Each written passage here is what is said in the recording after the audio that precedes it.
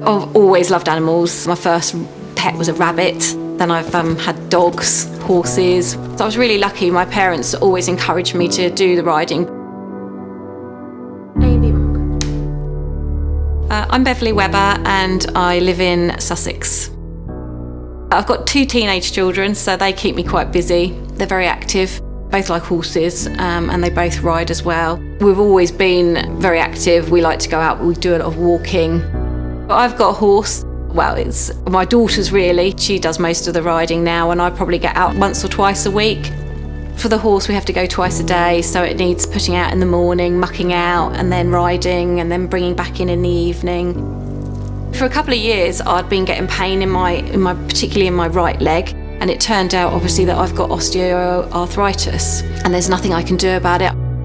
I really didn't think that being in my early 40s that I was going to have something wrong with my hip.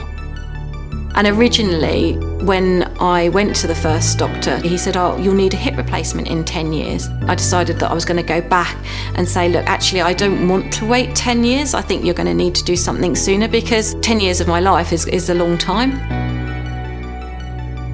Being a frontline worker, I have to be on my feet all day. I'm out and about. And again, with the horses, I've got to muck out. I've got to be able to push wheelbarrows. And if I want to ride myself, I've got to be able to get on and off. For the last sort of 3 months before my operation, I just couldn't ride at all. It starts to get you down, and you want to be able to do all the things that everybody else is doing. When I went back the second time, I saw a different doctor, and she understood what it was like to be somebody a bit younger that wanted to continue their career, their work. And so she said to me, "I think that you need to have the hip replacement now." Within a week or so, I then got a referral to go to Spire Gatwick Park. My hip replacement was done under the NHS through Spire. My surgeon, he was amazing, and he was absolutely lovely. He was the one that gave me the confidence and to actually go through with it, have the operation. He really listened to what I had to say. I made it very clear that I hadn't ever had an operation before. I didn't want to have a massive scar. And he was really worried that, how you felt about it afterwards, because I was still at the age where I wanted to be able to go out and go on holiday and wear a bikini and things like that. So I was quite conscious.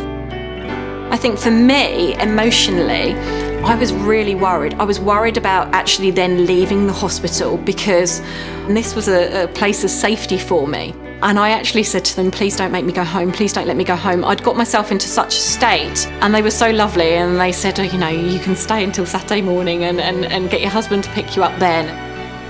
Having had the hip replacement now, I can do the things that I couldn't do before without even thinking about it. It's not just about having the operation, it's about how people feel as well and how people recover. So I was driving back at 4 weeks, I went back to work at 6 weeks, and at 7 weeks I was back on my horse. I'm pleased that I've had it done.